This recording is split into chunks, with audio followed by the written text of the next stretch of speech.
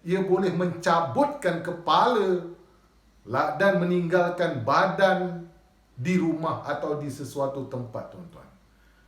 Hari ini, tuan-tuan, ilmu ini masih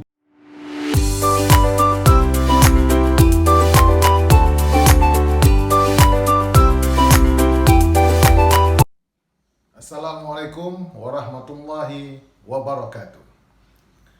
Hari ini kita bercerita tentang mereka yang menuntut ilmu yang salah. Apa dia, tuan-tuan? Penanggal. Tuan-tuan yang dirahmati Allah sekalian, penanggal ini adalah orang yang menuntut sesuatu ilmu. Biasanya mereka yang mengkehendakkan sesuatu, tetapi mereka terpesong daripada ajaran agama Islam, maka mereka menjadi penanggal. Apa itu penanggal?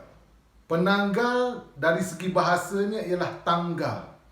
Maknanya kepala itu ditanggalkan daripada tubuh badan dan kepala itu boleh terbang merayap pada waktu malam. Badannya ditinggalkan di suatu tempat, contoh rumah, bilik dan sebagainya.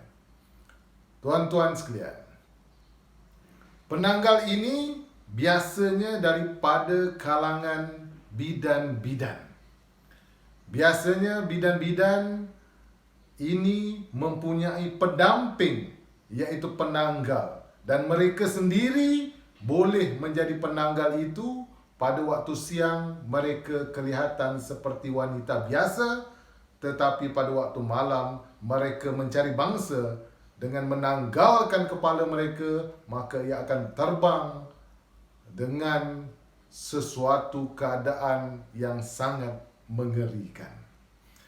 Tuan-tuan yang dirahmati Allah sekalian, biasanya mereka-mereka ini, apabila kita berjumpa dengan mereka, mereka jarang bertentang mata. Mereka tidak mahu bertentang mata. Dan selalunya mereka bercakap dalam suasana yang tergesa-gesa, seolah-olah mereka ini ada sesuatu yang hendak dikejar.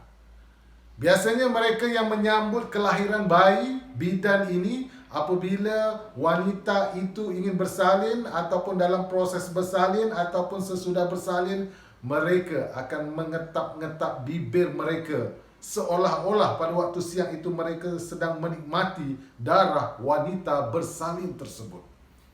Tuan-tuan yang dirahmati Allah sekalian, biasanya bidan-bidan ini akan datang semula sebagai penanggal pada waktu malam untuk makan darah wanita bersalin ini, terutamanya anak pertama. Tuan-tuan yang dirahmati Allah sekalian, biasanya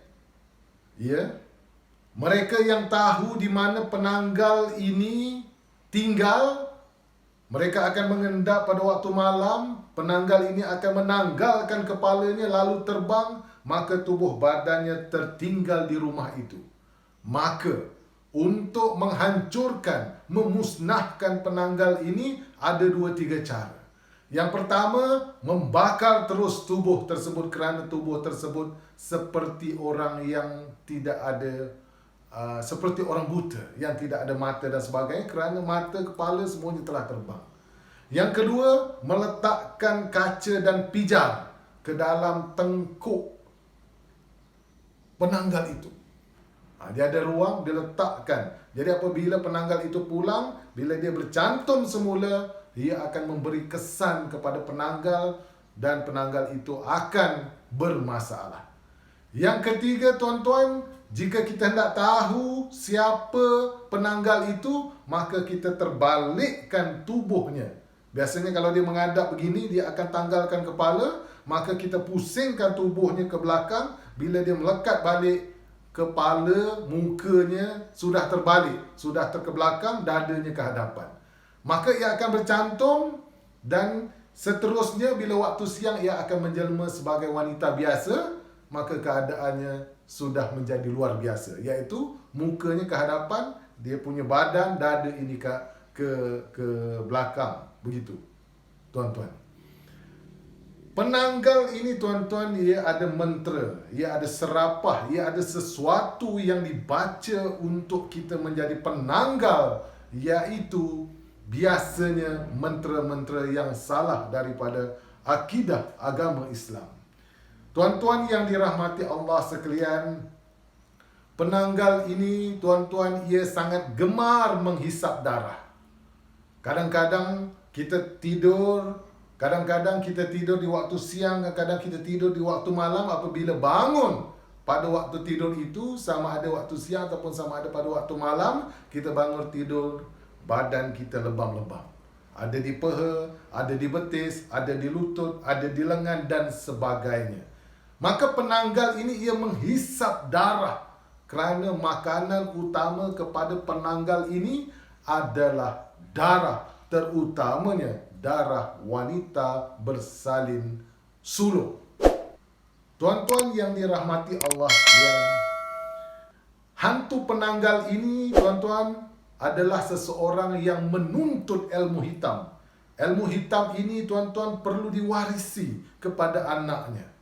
Sekiranya penanggal ini, orang ini yang mempunyai penanggal, tidak mewariskan penanggal ini kepada anaknya atau orang lain, maka apabila ia mati dalam keadaan sukar, dan penanggal ini akan berkeliaran apabila tuannya telah mati.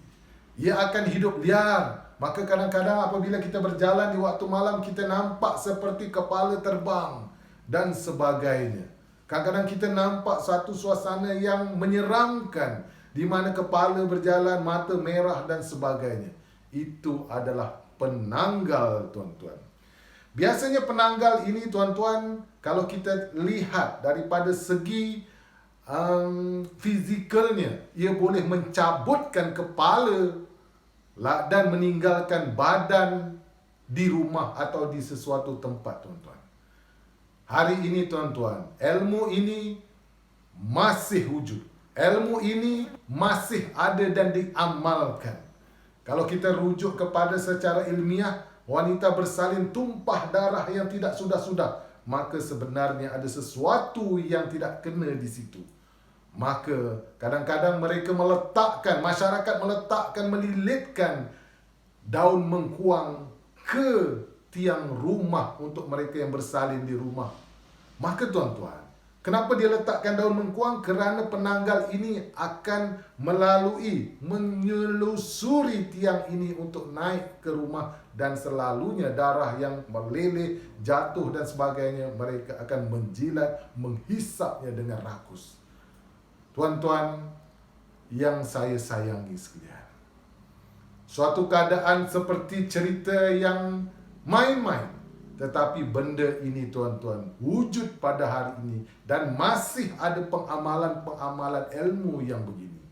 Maka, tuan-tuan, kita sangat berhati-hati dalam suasana begini, kerana di akhir-akhir zaman ini perkara-perkara yang pelik sentiasa menghendap kita.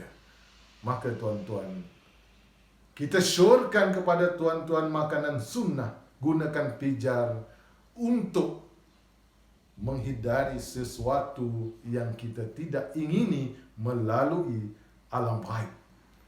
Tuan-tuan, di negara-negara lain juga penanggal ini wujud, tapi dalam bahasa yang berbeza.